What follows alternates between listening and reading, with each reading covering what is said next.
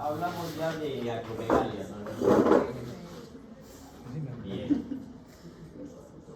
Vamos a hablar de tiroides.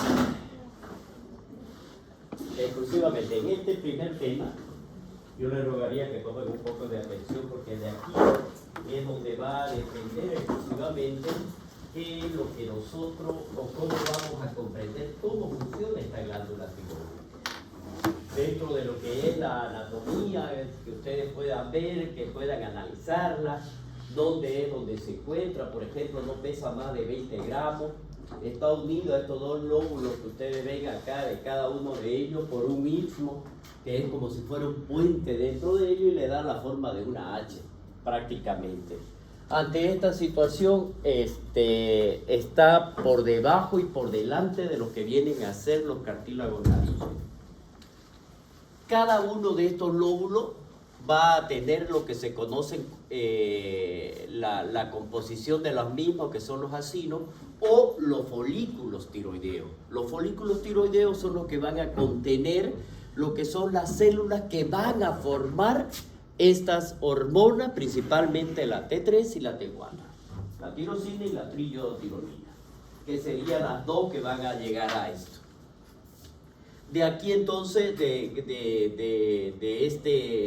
estos folículos tiroideos van a tener una reserva de hormonas tiroideas. Esa reserva no es más que la tiroglobulina, que es la que se va a unir al sulfuro coloide, que es al sulfuro que es del yodo, ya el que va a estar circulando y el que capta para que se una con la tiroglobulina, que viene a ser estimulada por la TSH, la folículo estimulante.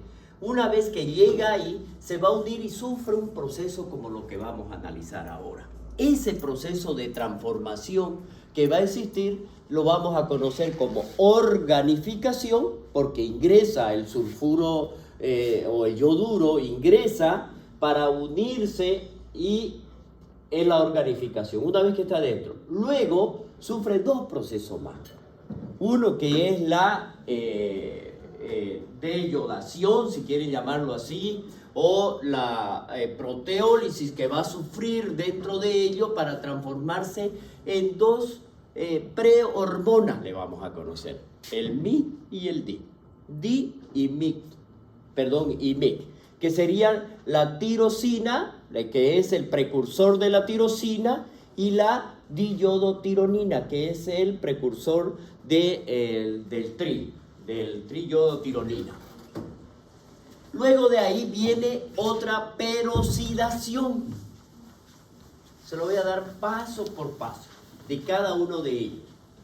Esa perosidación que va a ocurrir dentro de estos folículos tiroideos hace que se liberen las hormonas T3 y T4, que lo hacen aquí por un mecanismo que conocemos como pinocitosis, ya que es uno que lo engloba, y la exocitosis, que es la que lo elimina. Por lo tanto, no entran en juego lo que son las bombas de sodio y de potasio para ello, y se acumulan en unas pequeñas vesículas dentro de la misma glándula tiroides, para luego ser liberada hacia la circulación, de acuerdo a las necesidades.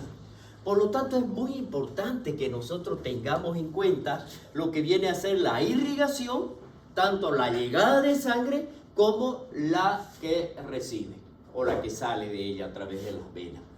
Por lo tanto, aquí vamos a ver que también se encuentran las células C, que son las parafoliculares encargadas de liberar lo que es la calcitonina.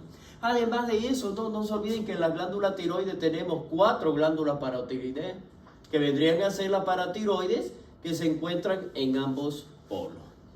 4 de ellas. Eso está dentro de la célula. Entonces, miren, aquí lo vamos a hablar paso por paso en la síntesis de las hormonas.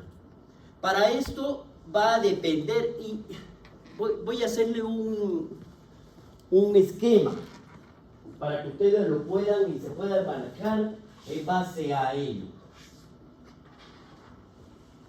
Y no se olviden de este cuadro. Arriba tenemos al hipotálamo. En medio tenemos a la hipófisis con su adenohipófisis y neurohipófisis. Y acá la vamos a tener a la glándula tiroides. Por la necesidad que pueda ocurrir, estímulos nerviosos, si quieren ustedes acá, que es la que van a suceder o lo que va a pasar, se va a estimular al hipotálamo para que se libere TRH. Y este de aquí va a venir y va a actuar en la adenohipófisis para liberar TSH.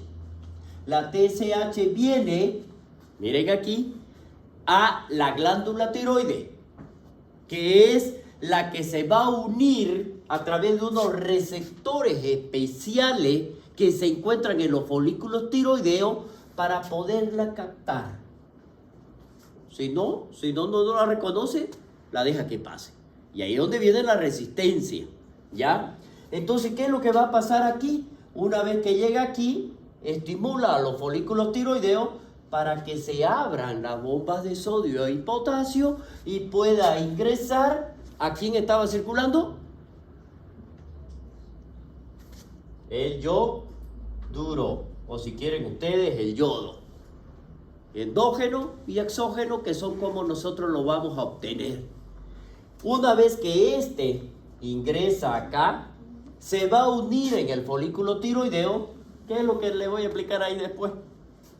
Se va a unir en el folículo tiroideo y la tiroglobulina, que va a estar aquí, se une con el yoduro a través de una enzima que es la peroxidasa, y este lo transforma en dos hormonas principales que se conoce con el nombre de MIT y DIC. Cada una de ellas va a sufrir otra yodación o peroxidación para transformarse en las dos hormonas que nosotros conocemos, T3 y T4. Estas hormonas, una vez que son formadas aquí, se van a liberar por la pinocitosis, principalmente la exocitosis, y viene y lo acumula en vesícula, para luego ser liberada hacia la circulación de acuerdo a las necesidades que puede existir. Y aquí vamos a hablar nosotros, la T3 y la T4, porque una vez que son liberadas a la sangre, estas se unen a una proteína, que son los receptores. Esos van a ser las encargadas de llevarlo a los diferentes órganos. La que se libera, una vez están unidas las proteínas, no tiene actividad, es inactiva. Pero se liberan y ahí sí recién van a actuar. Y llevan la información a los órganos blancos. ¿Cuáles van a ser? Van a ser corazón, va a ser hueso, va a ser grasa, va a ser intestino, etcétera. Sistema nervioso, etcétera. Entonces, ¿qué es lo que va a pasar acá? Lleva la información y le dice, señores, yo necesito que en el corazón se aumente la frecuencia cardíaca por esto. Se llama cronotropismo. Yo necesito que en el corazón se aumente la fuerza de contracción y eso se conoce con el nombre de inotropismo. Magnífico. Llegó a un nivel en la que yo no necesita. Entonces de aquí le dice la T4 y la T3 libre, cualquiera de ellas, y le dice al hipotálamo, ya no quiero más. Se llama mecanismo de retroalimentación. O necesito más. Positiva y negativa. Bien, entonces veamos más o menos ese esquema. ¿Listo? ¿Qué es lo que vamos a ver acá? Entonces dice que la síntesis de la hormona tiroidea depende de la captación adecuada del yodo por la tiroides, de lo que estábamos hablando acá. Entonces el yodo va a penetrar a las células tiroideas, que es en este caso en forma de yoduro, que procede de la deyodación del T4 y T3 y de la administración exógena. Alimentos, agua, fármaco y sal, que ahora ya la sal viene con yodo. Bien, una vez que está adentro, el yodo es transportado al interior de la célula folicular, miren, a través de una membrana que acoplado al flujo de sodio, que fue donde les dije, se abre la bomba de sodio y potasio para que ingrese. Eso de aquí, mediante el transportador de membrana. El sodio, yodo, sin portador. aquí. A esto lo vamos a conocer como NIS, de aquí en adelante. No se olvide, sodio, yodo, zinc portador. Así se conoce. Por las abreviaciones en inglés, zinc, NIS. Lo hace en contracorriente, es decir, en contracorriente químico y eléctrico. ¿Qué significa esto? Entra en juego aquí sí el potencial de acción. ¿Conocen eso? ¿Saben o no saben? Bien. ¿Cuánto es el potencial de reposo? Nada. Menos 60, menos 90. ¿Ya? Esa ya es una célula. Arriba positivo y adentro negativo. ¿Bien? ¿Qué es lo que va a ocurrir aquí? Necesito que se abran esas compuertas, pero para eso necesito un impulso. Entonces voy a que ingrese sodio y me salga potasio. Magnífico. El sodio no viene solo. El sodio viene con el calcio. Adentro el potasio no está solo, está con el magnesio. Aquí tengo potasio y magnesio. Aquí tengo sodio y calcio. Aquí va a ingresar el sodio y el calcio para que el calcio reaccione con el magnesio y me lo impulse al potasio a salir. A eso le vamos a conocer nosotros. Esta de aquí va a ser la línea 0. ¿Ya? Entonces, ¿qué es lo que hace? Ingresa por aquí, viene, reacciona el calcio con el magnesio. A este impulso lo vamos a conocer como reacción química. ¿Listo? O iónica, si quieren ustedes. A nosotros le vamos a poner como reacción química. Esa cuesta un poco, porque es donde está intentando abrirse para salir aquí. Entonces, una vez que ingresó aquí, hizo esa reacción química, atravesó el nivel, ¿ya? Y pasó a positivo, esta la hace rápido. ¿Cuánto es el potencial de acción efectivo? Para que sea efectivo. Si el potencial de reposo es menos 60, menos 90, ¿cuánto es el potencial de acción?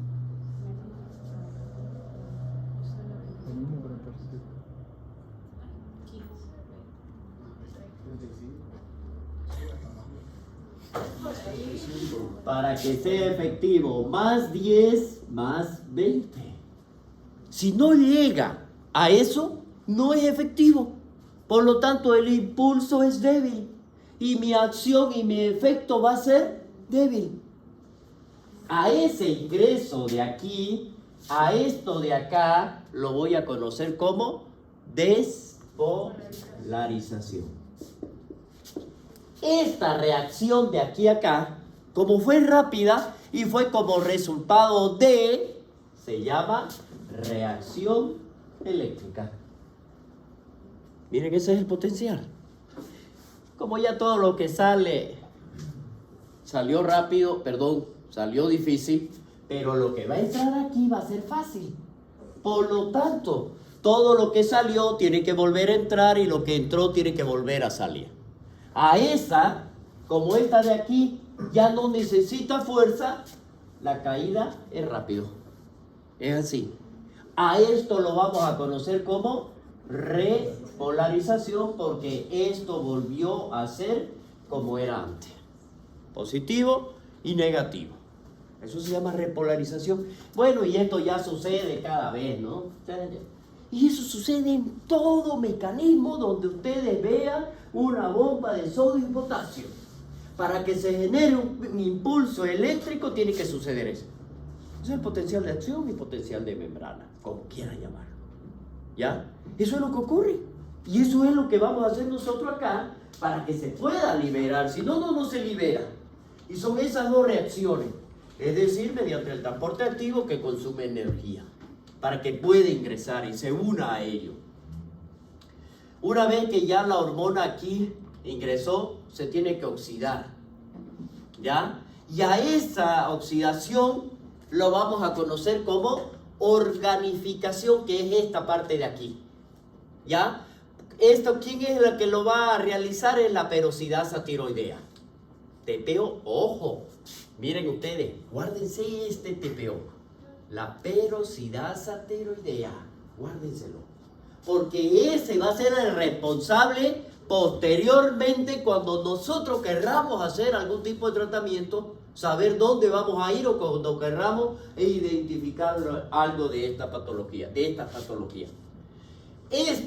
Este yoduro, una vez oxidado por la peroxidasa tiroidea, viene y se une a la tiroglobulina, que está dentro, ¿se acuerdan que está dentro del folículo? En la interfase célula-coloide, para realizar la iodación de los residuos tirosilos de la tiroglobulina. Una vez que se unió ello, ocurre la peroxidación, se forman sustancias precursoras de estas dos hormonas, la monoyodotirosina, que es la MIC, y la diyodotirosina, que es la DI. Miren ustedes, hasta aquí lo que ha ocurrido. ¿Cómo es ese proceso de formación?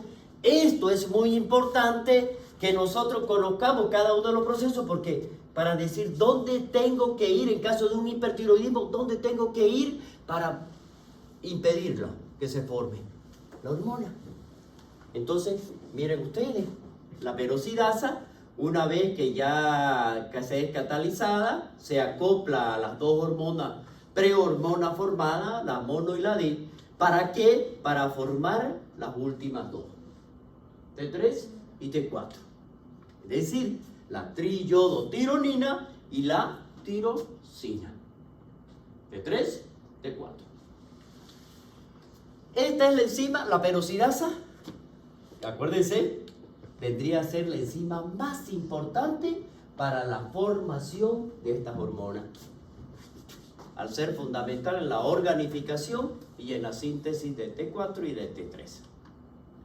Entonces, la sustancia coloidal aquí que se formó entra por la pinocitosis, es decir, por una endocitosis, aquí a la célula folicular, donde se va a unir al lisosoma tiroidea para dar lugar a los fagolisosomas, donde se realiza la hidrólisis de la tiroglobulina y la liberación a la sangre de la T3 y T4.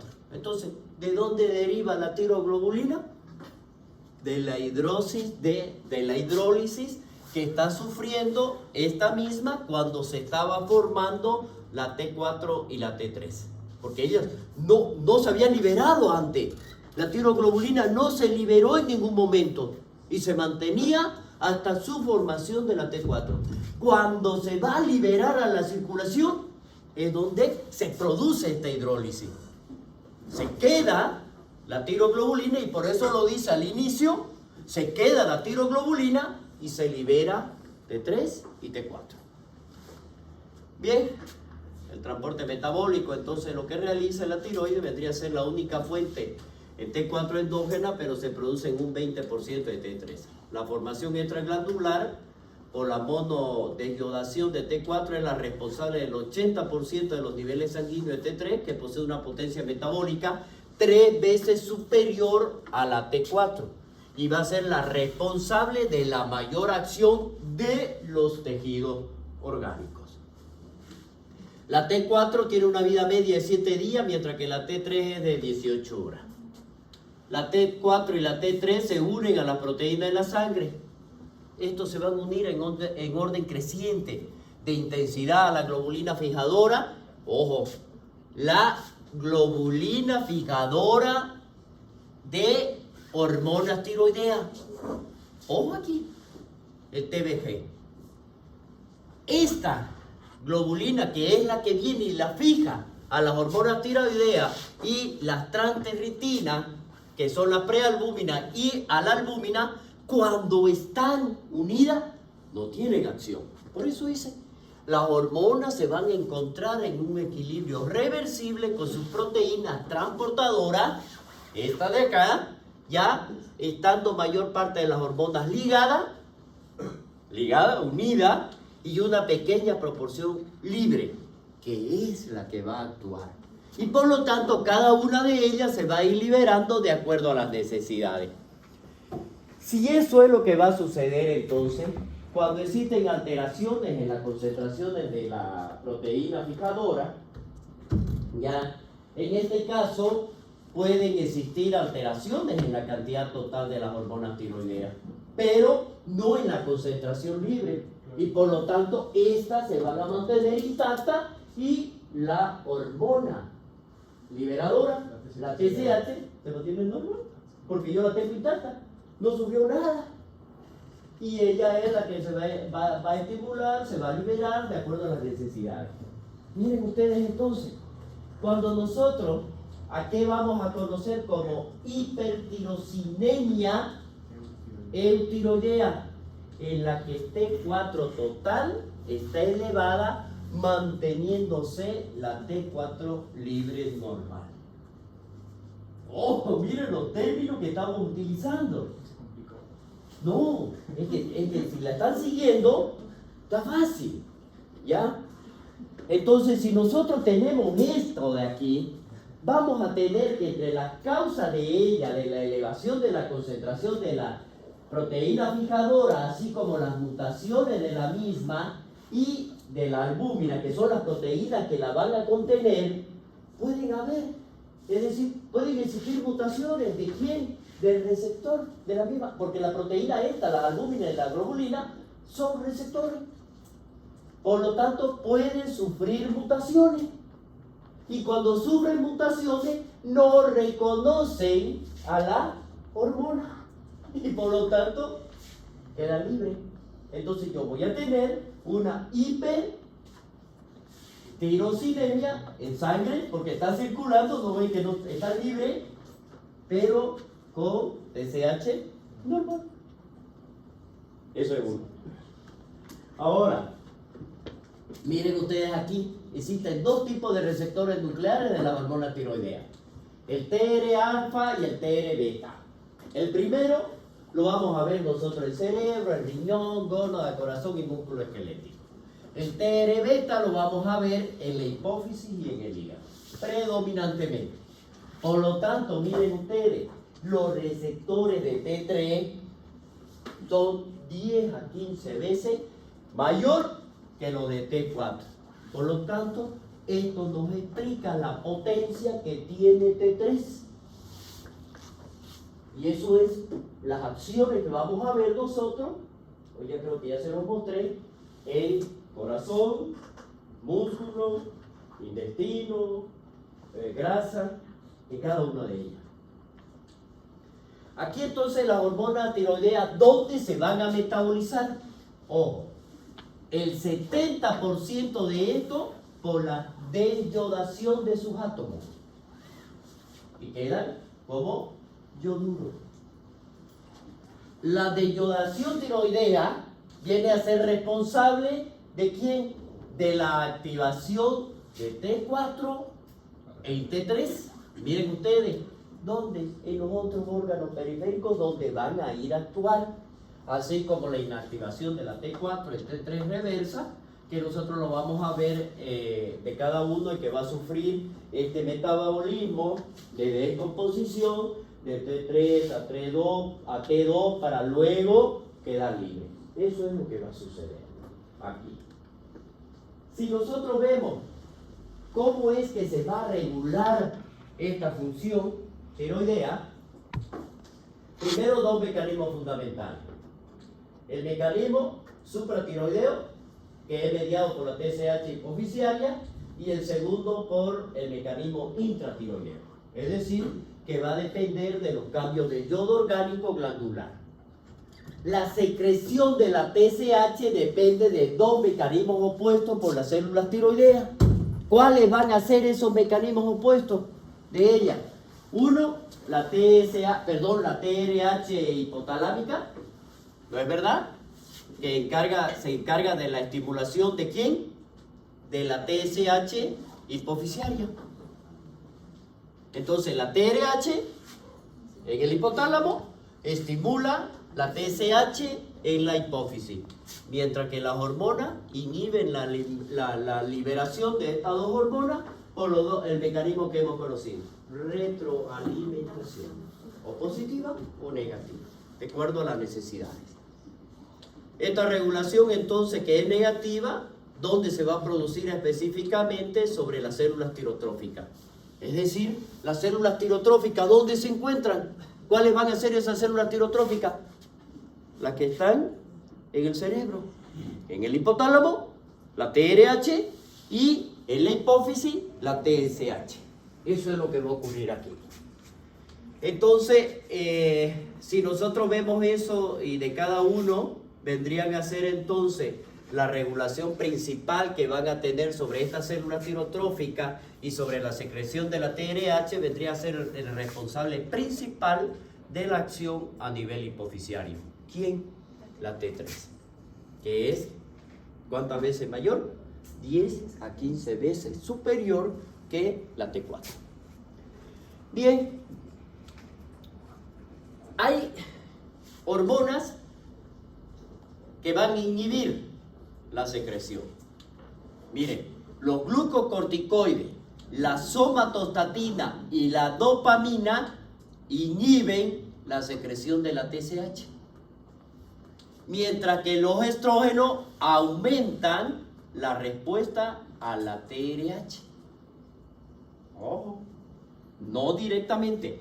Uno de ellos me hace directamente sobre la TSH, que vendrían a ser los glucocorticoides, la somatostatina y la dopamina, inhibiéndola, mientras que los estrógenos aumentan la respuesta a nivel hipotalámica, que es la TRH.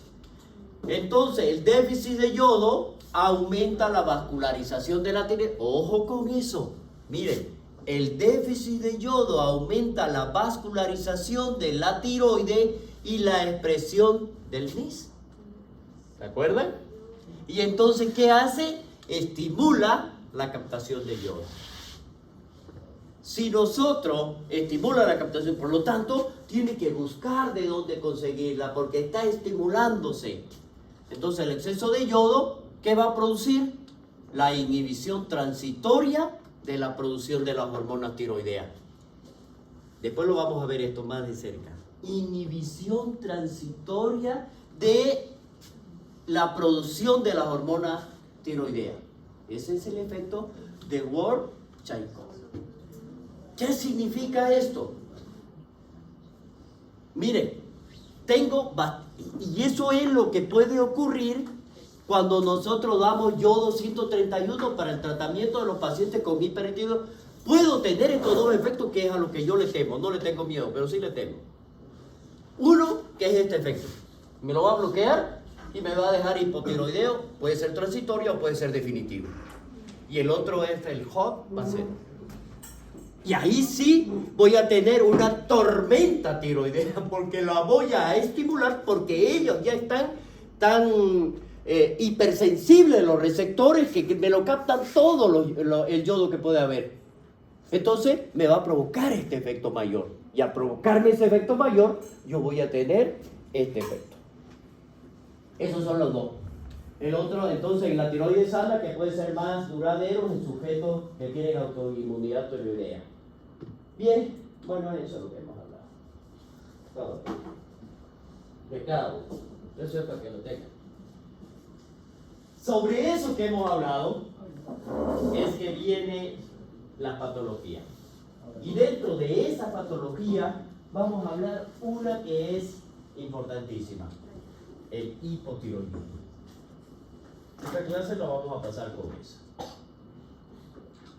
¿Qué es lo que hacemos con ello? Primero, ¿por qué se caracteriza el hipotiroidismo?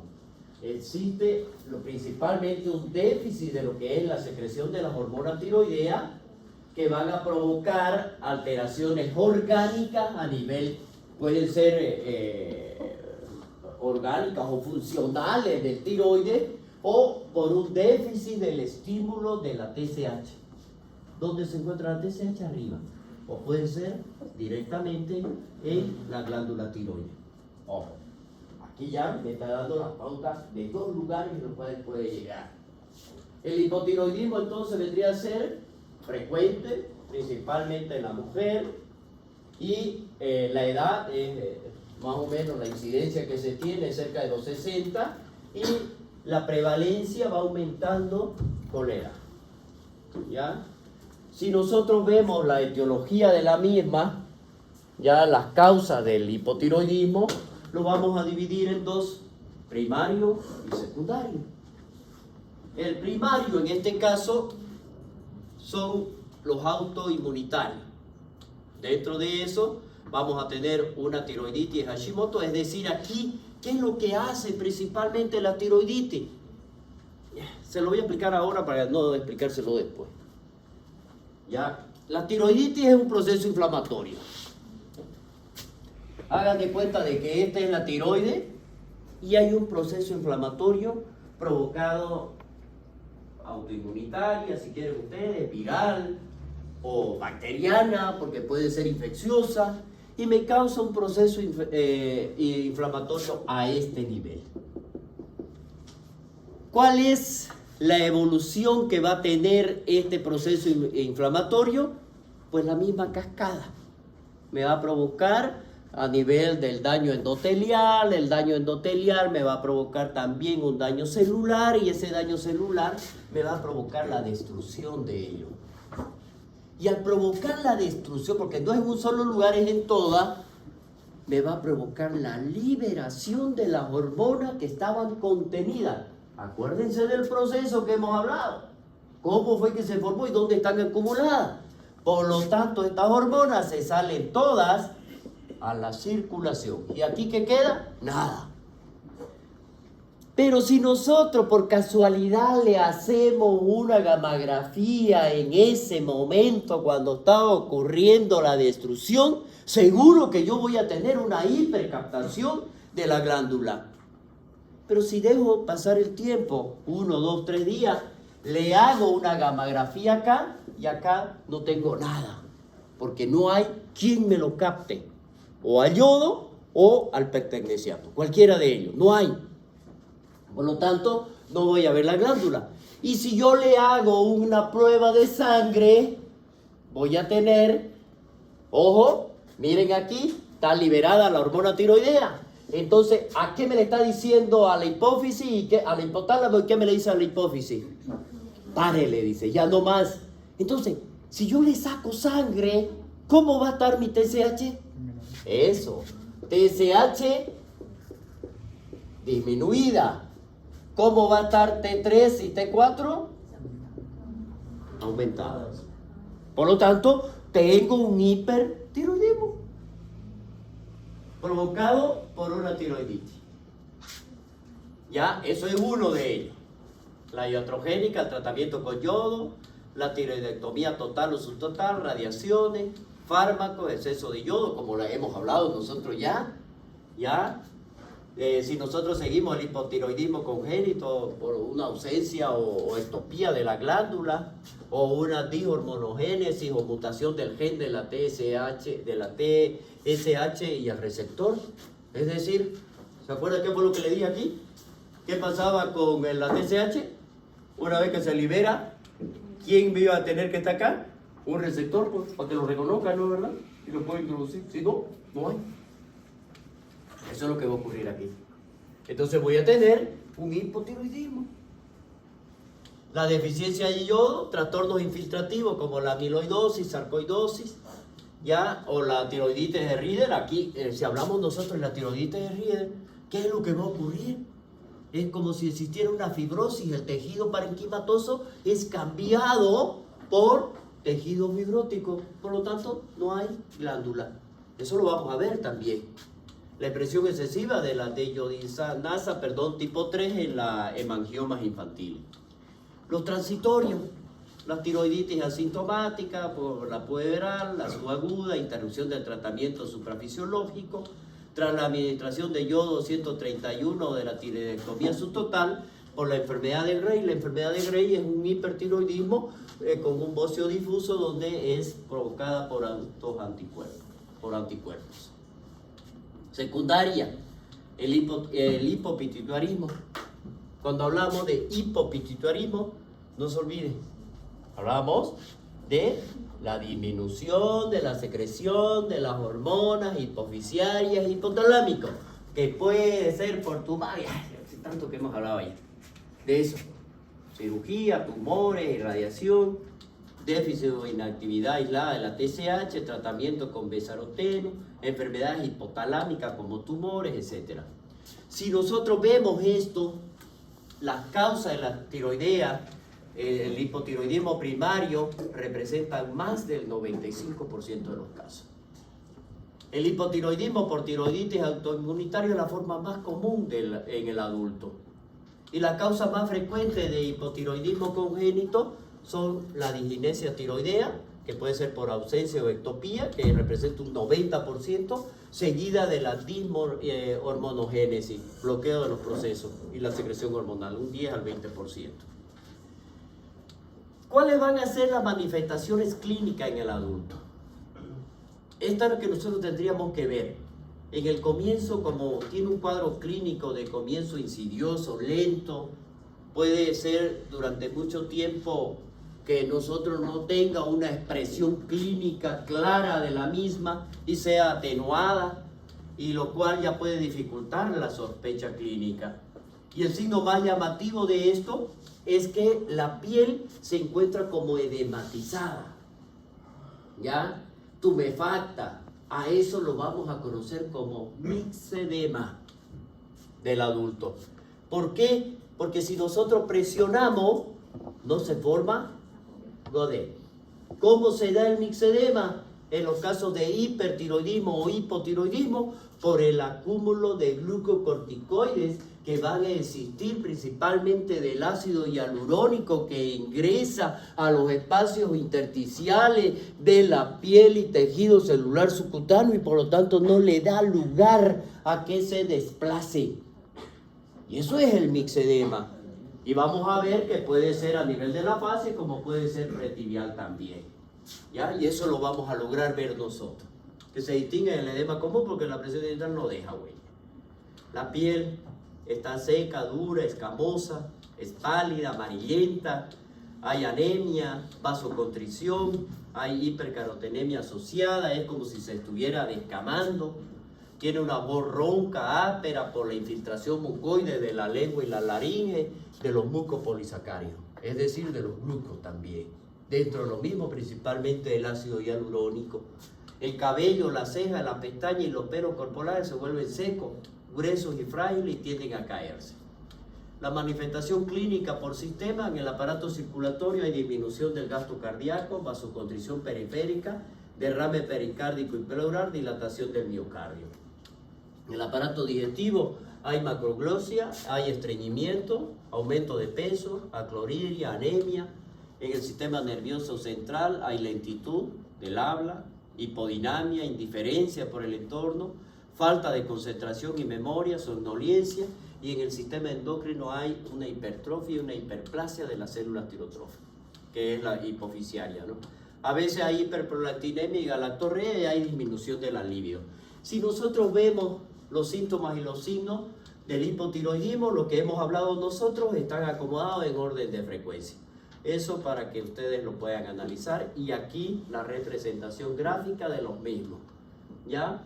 En el recién nacido y en el niño, los síntomas y las manifestaciones clínicas no son tan diferentes, sino que aparece ya en estos días, en los niños en los primeros días de vida, y si bien nosotros lo podemos ver, puede ser hasta difícil reconocerlo clínicamente, ¿ya? Pero se manifiesta primero porque persiste la ictericia fisiológica, cuando llora es ronco su llanto, ya hay estreñimiento, hay somnolencia y tiene problemas de alimentación. Y por lo tanto va a tener retraso de la maduración ósea y va a presentar una hernia umbilical. Y si nosotros no lo vemos y no llegamos a tener el cuidado necesario para poderle hacer un tratamiento, vamos a llegar a esto, que se llama cretinismo, ¿ya? Si no se instaura el tratamiento, entonces aparece la piel seca, edema periorbitario, macroglosia, distensión abdominal. Asimismo hay graves defectos de crecimiento lineal, el desarrollo del esqueleto en general está alterado, hay alteraciones mentales que causan el grave defecto del desarrollo intelectual, No se olviden que también interviene en la maduración del sistema nervioso. ¿Ya? Este cuadro se establece, constituye el que nosotros conocemos como cretinismo.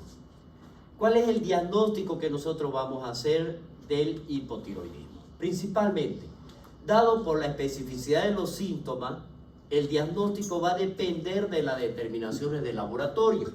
Ante esta sospecha, por ejemplo, del hipotiroidismo, siempre nosotros debemos solicitar estas dos, TSH y T4 libre. En el hipotiroidismo subclínico, el hipotiroidismo subclínico es aquel que no tiene las manifestaciones clásicas de un hipotiroidismo. Puede tenerlo, pero puede ser leve, o no pueden haber.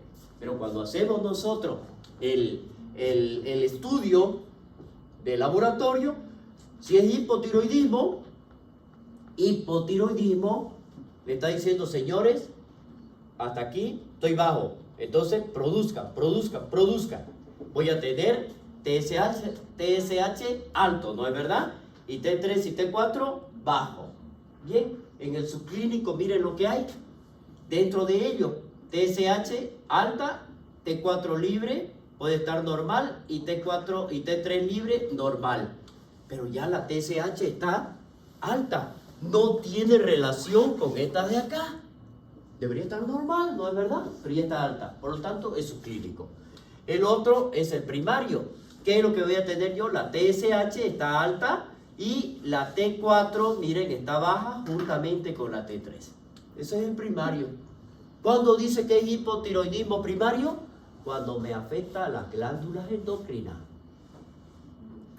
¿Ya? Tiroides, que es principal. Ahí estamos diciendo porque está afectándome acá.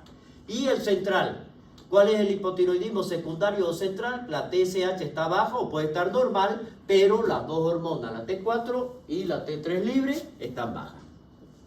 Bueno, esto es lo que yo le decía en la gammagrafía. Esta es una glándula normal que nosotros estamos viendo en cada una de ellas, pues ya con sus diferentes. Aquí, por ejemplo, no la veo a la glándula, y esto puede ser una tiroiditis o un hipotiroidismo, ¿ya? Y esta de aquí es una glándula ectópica. Está aquí, está sublingual. Es lo mismo de ella.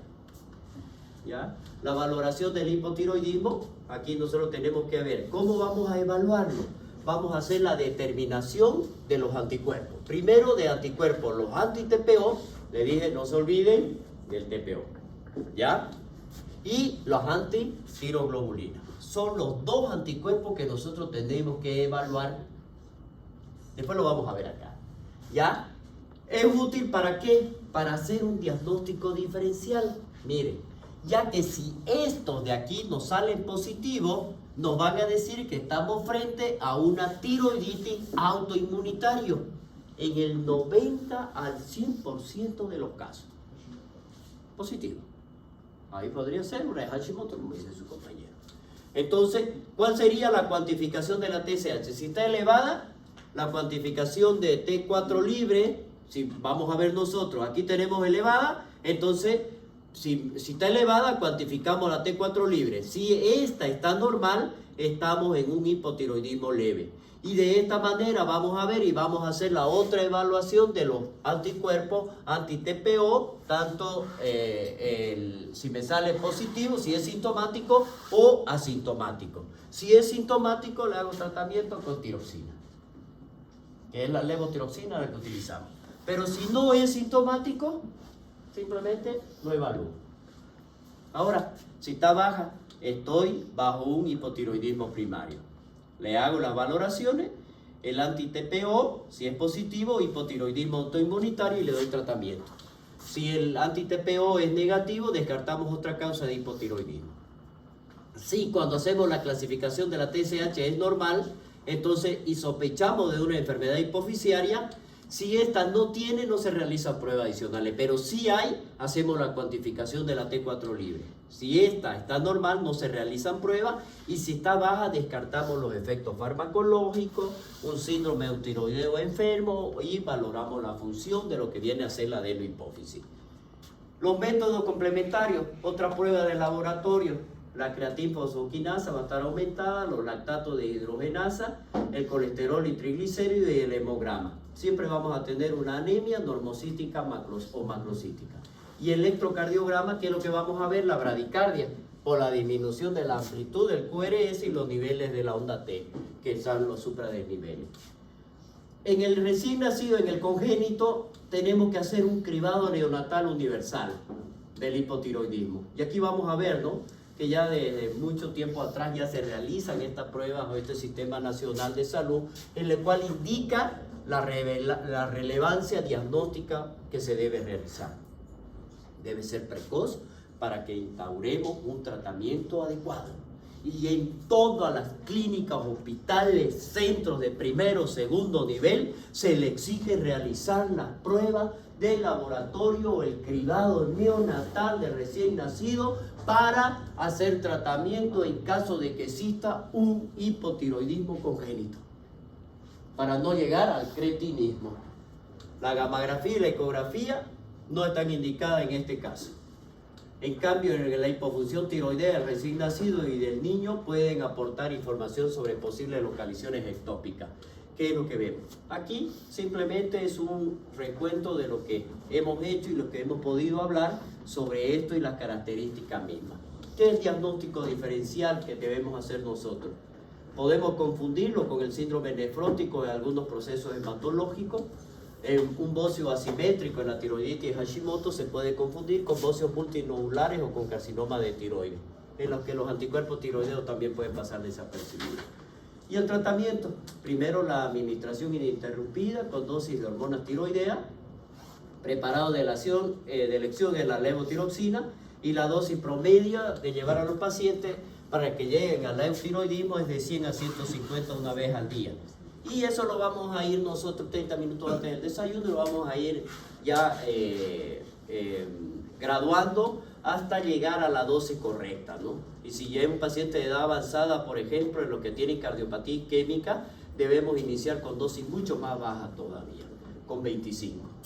El tratamiento, entonces, vamos a determinar el TSH a las 4 semanas, que va a permitir incrementar la dosis entre los 25 a 50, y el objetivo aquí es que nosotros lleguemos a una dosis exacta para nuestro paciente para que podamos mantener de por vida, en algunos casos, ¿ya? ¿Qué va a consumir y qué debe evitar para no tener mayores daños? El tratamiento del congénito no varía, es la levotiroxina, lo mismo, pero en dosis ya graduada, de acuerdo a la edad, de acuerdo al peso, y que vienen a ser dosificaciones pulverizadas o en suspensión. Lo hacen mediante preparado. Esto es lo que se realiza. En el subclínico, en este caso, son normales, dice todo, la T4 libre y la T3 son normales, pero la TSH está elevada. Entonces hay una difusión tiroidea. Aquí los individuos que tienen poca o ninguna de las características clínicas del hipotiroidismo, lo que le dije. O sea, pueden haber muy poca o nada de las manifestaciones. La decisión del tratamiento va a depender de la situación y las características de nuestro paciente. Siempre se debe recomendar en las mujeres embarazadas o con deseo de gestación y niños adolescentes hacer la medición. Y con TSH entre 5 a 10 microunidades, si hay presencia clínica compatible, hacemos el tratamiento. ¿Qué me dice aquí entonces? ¿De qué va a depender? De la situación y la característica clínica de mi paciente, si yo le voy a hacer o no el tratamiento que corresponda. Bueno, esto del coma misedematoso, esto es rapidito, ¿ya? Esta es la más extrema del hipotiroidismo. Esta es una emergencia, esta es una urgencia, esta se tiene que tratar inmediatamente y no voy a esperar que me den los resultados de estudio de laboratorio. Se trata de una situación clínica muy grave, muy poco frecuente y pone en peligro la vida del paciente. Aún con tratamiento, miren ustedes, la mortalidad es del 20 al 40%. Suele presentarse en pacientes con hipotiroidismo profundo no conocido o que abandonó su tratamiento crónico con levotiroxina. Esta es la fisiopatología. Miren ustedes, tenemos el paciente con hipotiroidismo, existe un factor predisponente que lo va a desencadenar la disminución de la T4 y la T3 intracelular. Por lo tanto, voy a tener manifestaciones endocrinológicas, neurológicas, respiratorias, cardiovasculares y renales. Cada una de ellas, la endocrinológica me lleva a un hipocortisolismo, lo neurológico me lleva a una hipotermia, respiratorio hay una disminución de la sensibilidad y por lo tanto hay una hipercapnia y una hipoxemia, entra en una insuficiencia respiratoria. Lo mismo hace a nivel cardiovascular, que me disminuye el inotropismo y el cronotropismo, y renal hay una disminución de la tasa de filtración glomerular. Por lo tanto, me lleva a una insuficiencia. Y eso hace de que cada uno de ellos se vaya complicando, porque el endocrinológico, al haber la disminución de la gluconeogénesis y la glucogenólisis, me lleva a una hipoglicemia. El neurológico, con la disminución de la termogénesis, me lleva a la alteración del estado de conciencia. El respiratorio, como le dije, me lleva a la insuficiencia respiratoria y por lo tanto hay una anopsia cerebral. Y el cardiovascular me lleva a la disminución del gasto cardíaco y por lo tanto me lleva a una hipotensión y a un choque cardiogénico. Y la renal me va a llevar al aumento de la permeabilidad vascular con la retención del agua y por lo tanto me lleva a un edema y a una hiponatremia. Eso me va a llevar a aumentar y provocarme el coma misedematoso. ¿Cuáles son los factores que dijimos que eran precipitantes? Procesos infecciosos, sépticos, ya fármacos, abandono del tratamiento, exposición al frío, insuficiencia respiratoria, hipoglicemia, cirugía, infarto agudo del miocardio, hemorragia, apoplejia o insuficiencia cardíaca. Las manifestaciones clínicas es la que hemos nombrado, la que hemos visto, y el cuadro clínico. La disminución es progresiva, va a llegar al shock y puede inclusive llevar a la muerte. Hipotermia, convulsiones, hipotensión, bradicardia, hiponatremia y llegar inclusive a presentar el cuadro clínico. El diagnóstico tiene que ser vital, debe ser temprano y el retraso del tratamiento empeora el pronóstico. Esto nosotros lo llevamos inmediatamente reconocido con los cuadros que ya nosotros hemos tenido, se saca la sangre, se envía y se le inicia el tratamiento. ¿Cuál va a ser el tratamiento? Dentro de los métodos complementarios, bioquímico, gasometría, enograma, esto ya es para complementarle.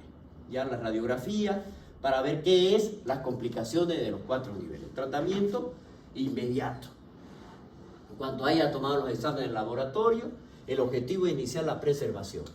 Corticoterapia de estrés, hidrocortisona con reemplazo, la damos la levotiroxina, el tratamiento coadyuvante de los procesos infecciosos, e inclusive tratar lo que es la hiponatremia. Es decir, tenemos que tratar a nuestro paciente de una manera inmediata, rápida, porque igual se va a morir, ¿no es verdad? Si no lo hacemos, se muere. 20 al 40%. Entonces mejor es hacer algo. ¿Está bien, chicos? Cabalico.